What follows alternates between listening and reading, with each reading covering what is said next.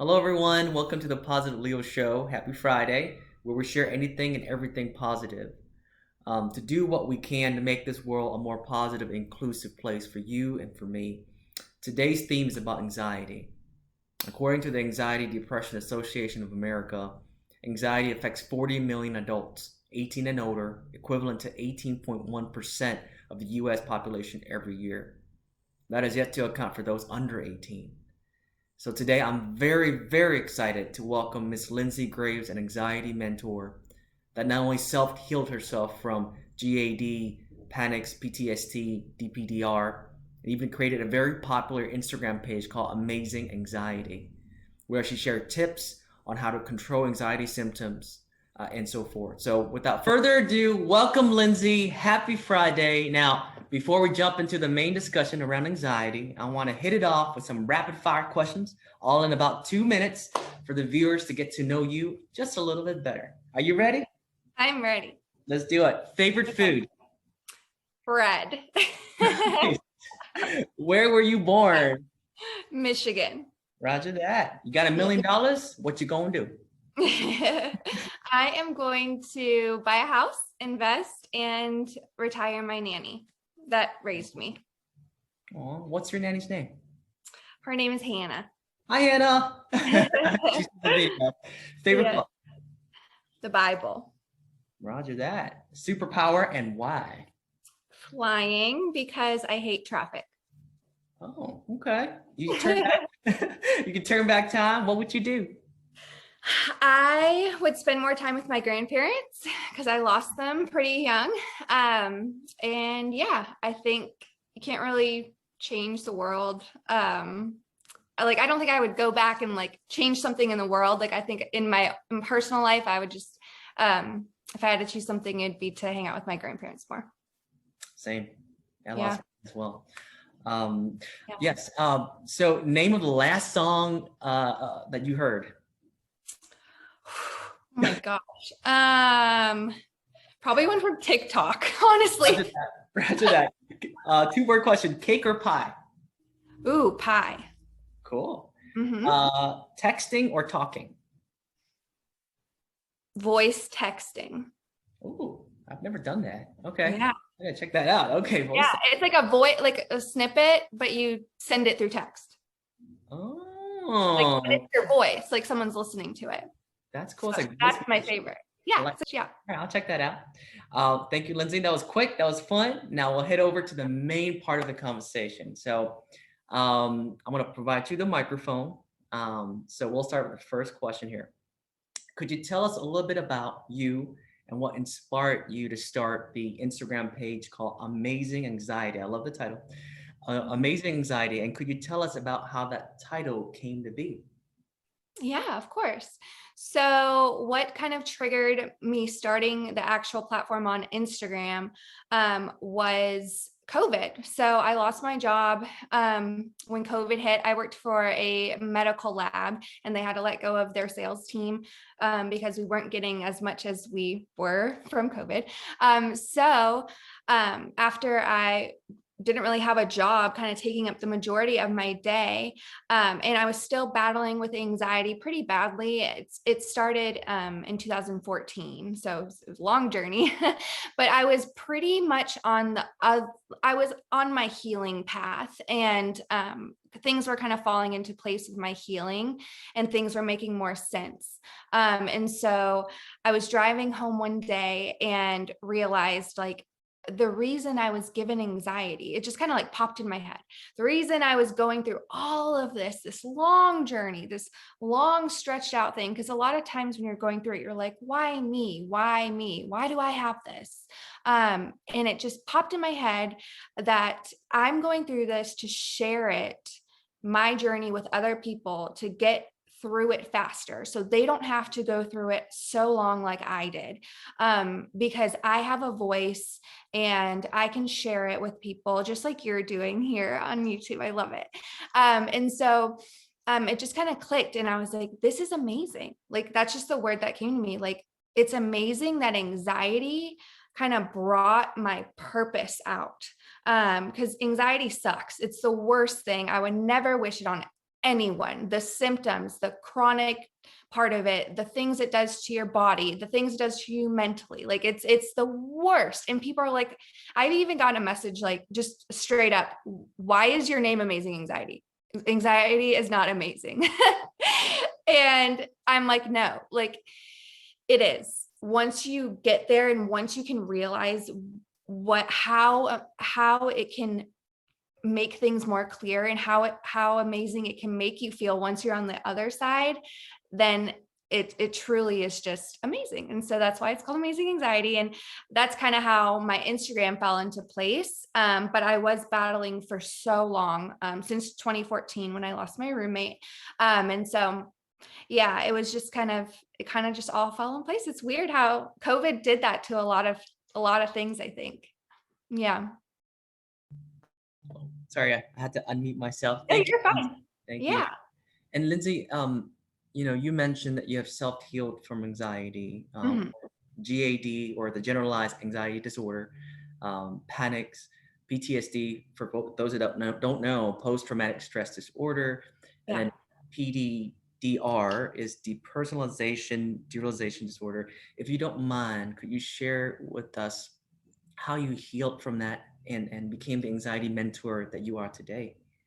Yeah. So at first, I didn't even know what it was. I didn't even know I had anxiety because I had never experienced any of these symptoms before. Like, yes, I've been nervous before. I was a dancer when I was younger, so I'd performed and you get the butterflies, you get the nerves, you get the jitter, like before a speech, you get that like sweaty nervousness, you feel a little like faint, but nothing like what I was experiencing after a trauma in my life. And I had lost my grandparents early in life, like I had mentioned earlier. So, like, I had experienced death in the family, but it was more so like losing someone that was sick and old. And so, in my mind, it made sense. Maybe because in movies too, we see old people pass away. And so, like, things make sense to our brain when it's more familiar. And so, my body, or I guess my mind has seen old people pass more and so it just made more sense. And so when I lost my roommate who was so young, she was 20. And I mean, I lived with her, like we were the same age and all that stuff. So you affiliate yourself with her, and your mind, if it sees a trauma like that, it's like that could have been you. And so there's a lot of psychology with it that was going on in the background that I had no idea about. And I just woke up thinking, oh my gosh, I'm going crazy, or what's going on with my mind? Like, why am I feeling this way? I've never felt like this. And so it was just crazy. Like I had to kind of wrap my mind around like just kind of formulating what I was going through at first. Like I think that's a hard part for a lot of people, and that's why a lot of people go undiagnosed or untreated, or they don't know where to start, is because they don't even know how to like explain what they're going through because they've never had it before. And no one's talked about it. But now that all of us are kind of talking about it more in the community, I think it's helping a lot. But so I didn't know what it was. And so I went to my doctor on campus, and he was like, it sounds like you're going through anxiety. And he's the one that diagnosed me with GAD, generalized anxiety disorder. It just is like you have chronic anxiety. Basically, you're experiencing it every day, not just like once in a blue moon. And so I was like, okay, cool. What do I do with that diagnosis? And he didn't mention anything like mindfulness, nothing. He mentioned therapy. Like he was like, you may want to look into therapy, but I live in a college town and therapists are booked in college towns. Like this was September and they couldn't see me till June. So I was like, okay, therapy's kind of out of it. And they didn't really have these online therapy things like they do now, which is amazing. So he just was like medication, because I was having extreme panic attacks. And I was like, I can't do this. Like if I go to class, I felt so overstimulated because my body was in flight or flight. I had all this adrenaline, and then I'd go into an auditorium with 600 students. And of course, I'm going to feel that their energy, and I don't need that.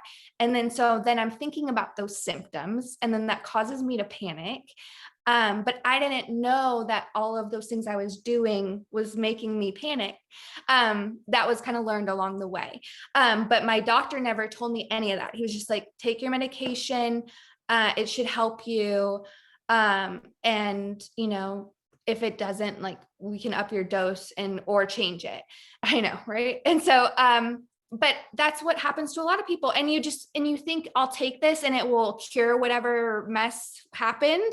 And then I'll get off and then we'll be back to normal. Like, that's, I think, what a lot of people think, because that's what I thought. I thought I'd take this pill, it would fix my brain back to normal, and then I'd get off and then I'm happy now. But that's not what happens, because when you're anxious, it eats up all your serotonin because you're constantly in fight or flight. And so you have to turn that off. And if you're not doing mindfulness and you're not doing things to calm yourself down and you're not practicing that every day, it's going to stay turned on because you're telling yourself you're in danger. And so it wants to protect you.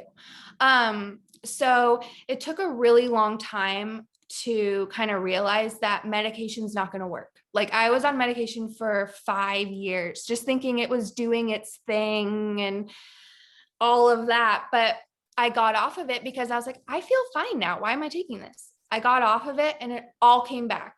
And I was like, that was 5 years of being on something and thinking I was better now. And then now I'm off of it and it's all back. And so I was like, medication's not the answer. It's not the cure. I was like, there has to be something, because God did not put me on this planet to suffer and live like this every day. Like, there's no way. There's no way. He did not put us on here to have chronic panic attacks, to have anxiety every day, to not want to live, to want to sleep all day, to not have energy to shower. Like, that's not Amen. normal. Like, you're going, like, there's a reason why you're here, and that's, anxiety is not the reason. You just have to turn it off and you have to learn ways to do it. So that's what catapulted me into kind of being my own advocate. And yes, I stayed on medication because it kept me level. It kept my serotonin up because my body needed that. It was used to having that.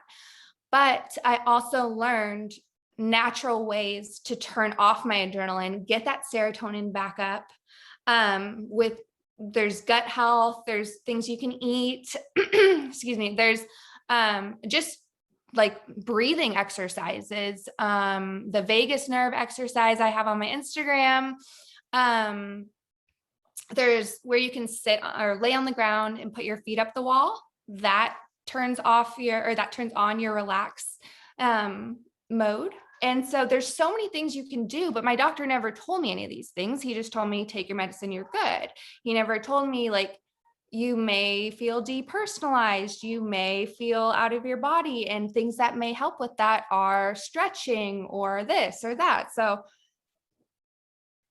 there's so many things I wish I could go back and change, but that's also why I'm here today and doing what I'm doing, is just to hopefully get my tips and tricks out there, and hopefully people are starting to try them, because the people that do, they message me and they're like, thank you.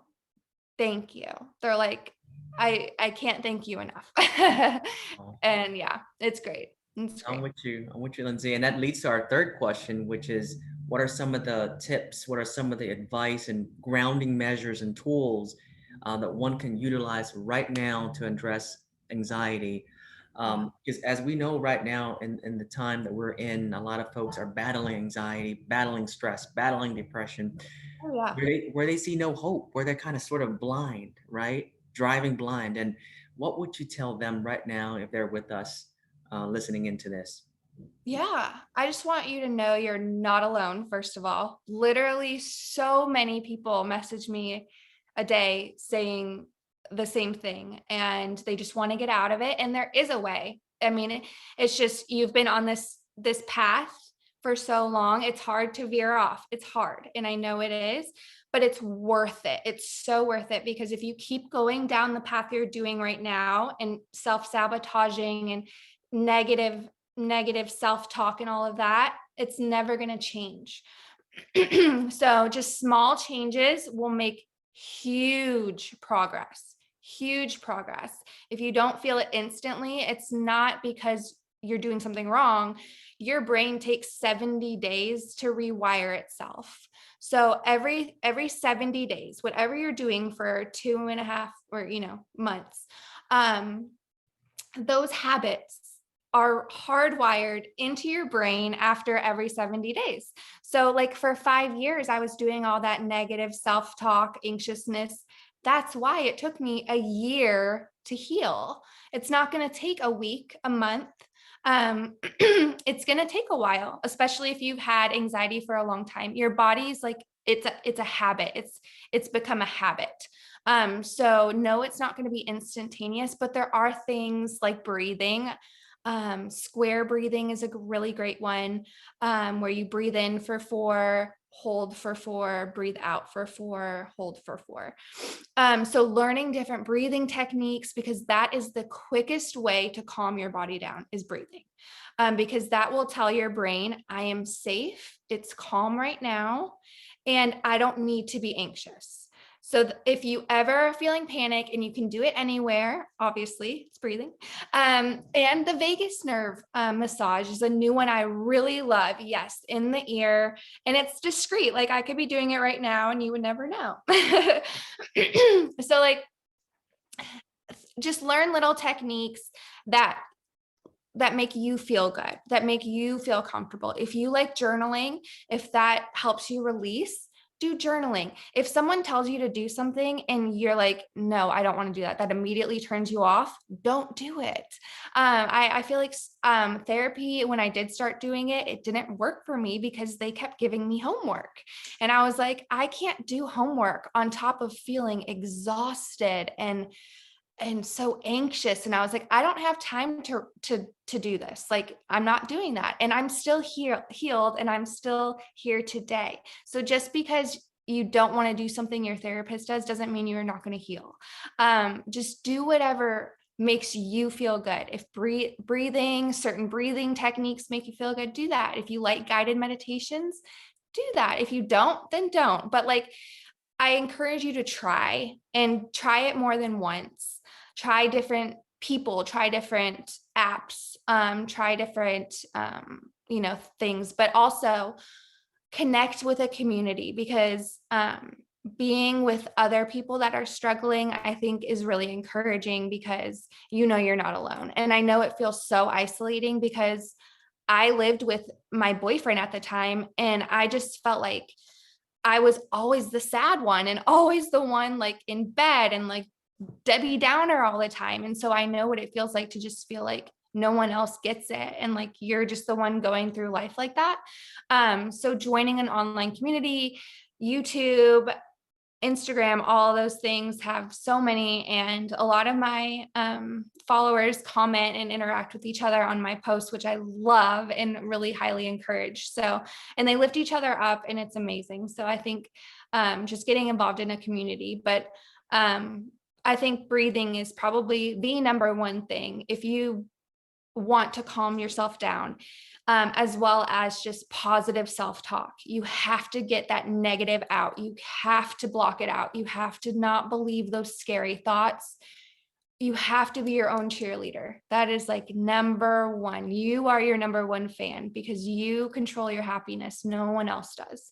You control it all. So, just remembering that too, like you have the control. It's all in your control. Even though you feel so out of control of your life and your body and your mind, you have that control. Anxiety is just covering it up. So you have to, it takes time, but you'll dig it, and you'll dig it away, and then you'll find it, and it feels really, really good. So yeah. Well, thank you, Lindsay, for that, because it got me thinking. There was a saying that someone once said, that why do we look externally to solve Yes. something internally, right?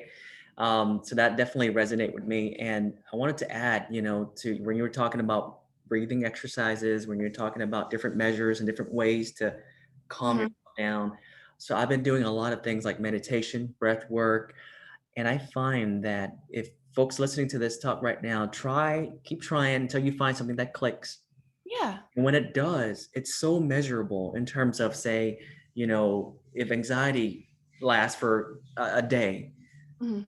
doing these certain measures, check it out again. Maybe the next time it'll be less than a day, half a day, right? Measure it to see what these things can do. And then, of course, 70 days, right? Neuroplasticity, and as you were talking about. So that really, clicked with me. You were saying something? Go ahead, Lindsay. I'm sorry. Oh no, I was just saying exactly like that, the neuroplasticity, you just have to keep going and um just stick with it. Every time you get anxious, be like, okay, I'm anxious right now. We're going to do breathing. We're going to calm our body down.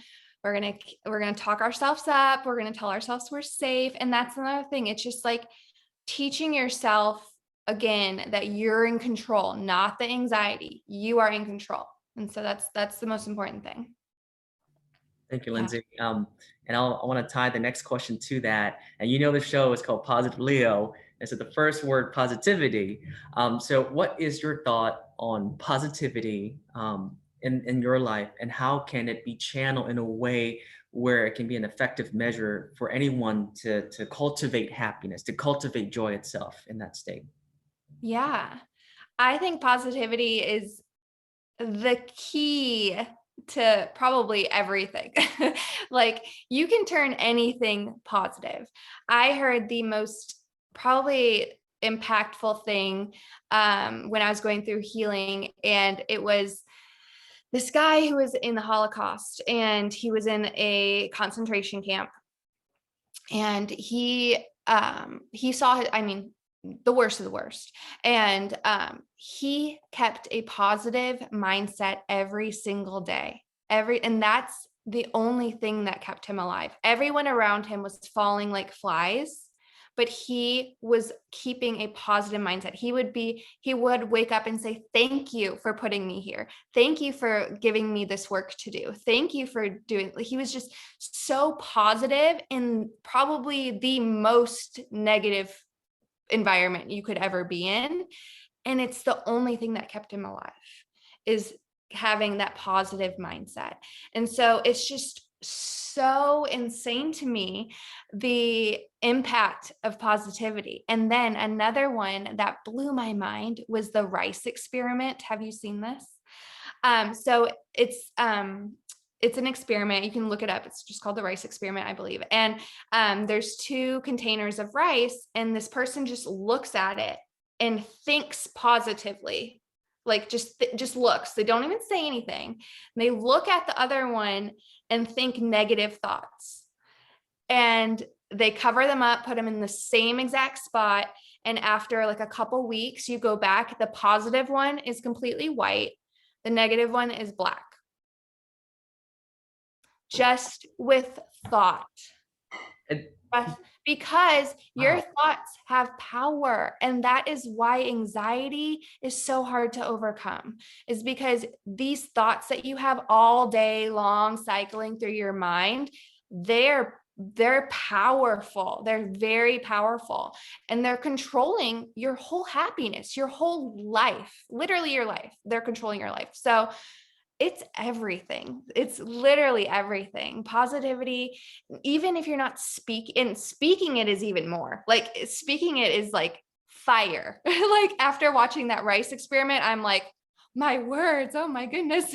But it's it's everything. And so the fact that you're pushing positivity is the best, because it's literally the key to having a happy, fulfilled life. You have to be positive. If you're negative, you literally can make yourself sick, like physically ill.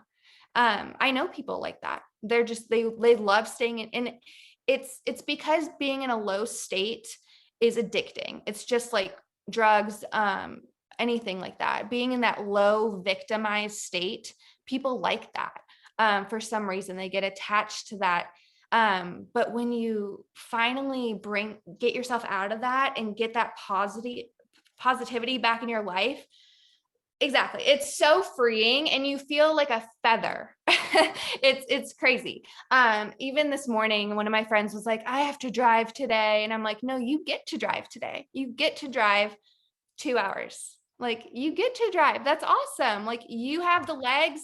You have, some people out there they can't drive themselves anywhere. They would kill to drive themselves somewhere. And you have that opportunity today. You just take it for granted because you can do that every day. So it's just flipping those perspectives. It's all about perspective, and turning that perspective positive. And I know people are like, that's so annoying. You can't be happy all the time. But no, you can. You can. It's a choice. And I think it's a society thing. We've put this like, it's cool to be mean. It's cool to be negative. It's cool to be Mhm. sad. Like, it's cool to be busy and like Mhm.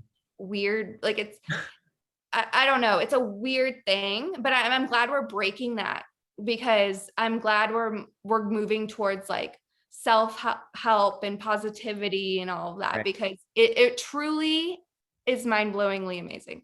Like the Right. power it has.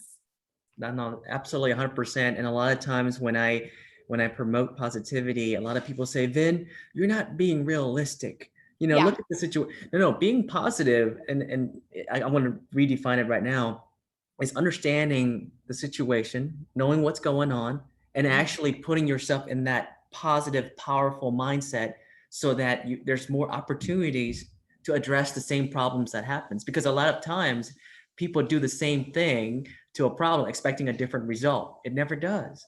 But being positive gives you another shot. It doesn't guarantee that you will get $1 trillion or all the things that you ever want, but it puts you in this feel good vibe zone that can make those things that, happen. So thank you for just adding on that. I just wanted to add that little 2 cent on there.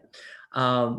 Now, jumping on to the other question, Lindsay, is what keeps you motivated, and uplifted every day to do what you do? Can you kind of add that in? And also, what is your message to the world, as they're listening in? Yeah. So when I saw this question, I was like, what keeps me motivated? Why do I do this? Like, it is hard. I don't make money off of my posts. Like, you have to be creative. It's hard. But it's because I know what it's like to feel like I just want to die.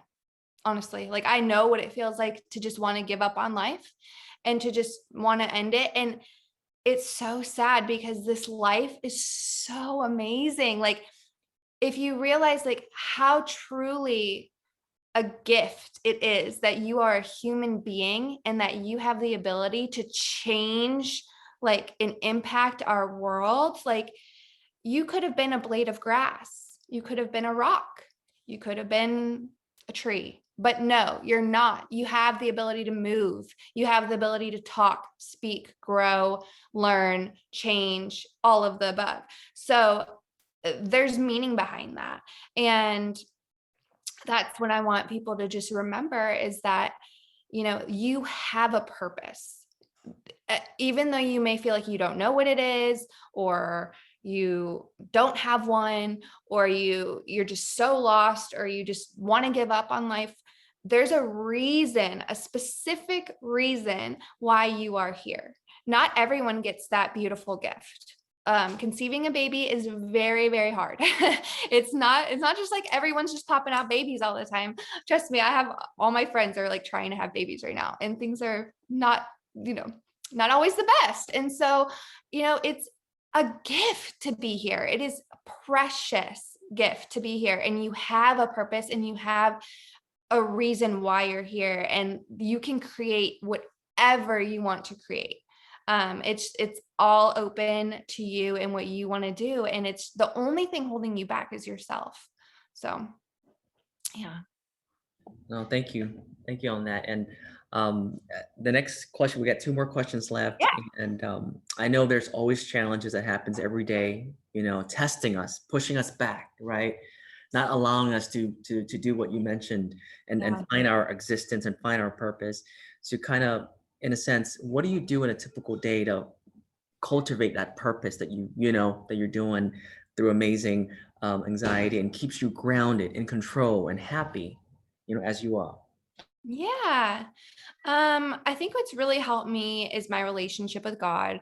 My faith really helped me kind of stay grounded and know my purpose and know that if I fall back, I have someone I can fall on to and cling to and get through. I know not everyone is religious, but if you have something like that, that you can cling to, something that's always going to be consistent in your life, that's and I had wavering faith along my journey, but that's the only thing that was consistent, and that's what I noticed is like even through the darkest of my days and the highest of my days, I always had Jesus the whole time. He was always there. And so that's really the only thing consistent in my whole life since I was a baby to today, is having him there. And so that really helped me and kind of helped me realize that. Um, but other things is just like we talked about before, is just learning what grounding techniques you like. I love breathing techniques, but also just being your own advocate, I think also helps. Like learn about your body, learn about anatomy. Don't be scared to learn and dig into research.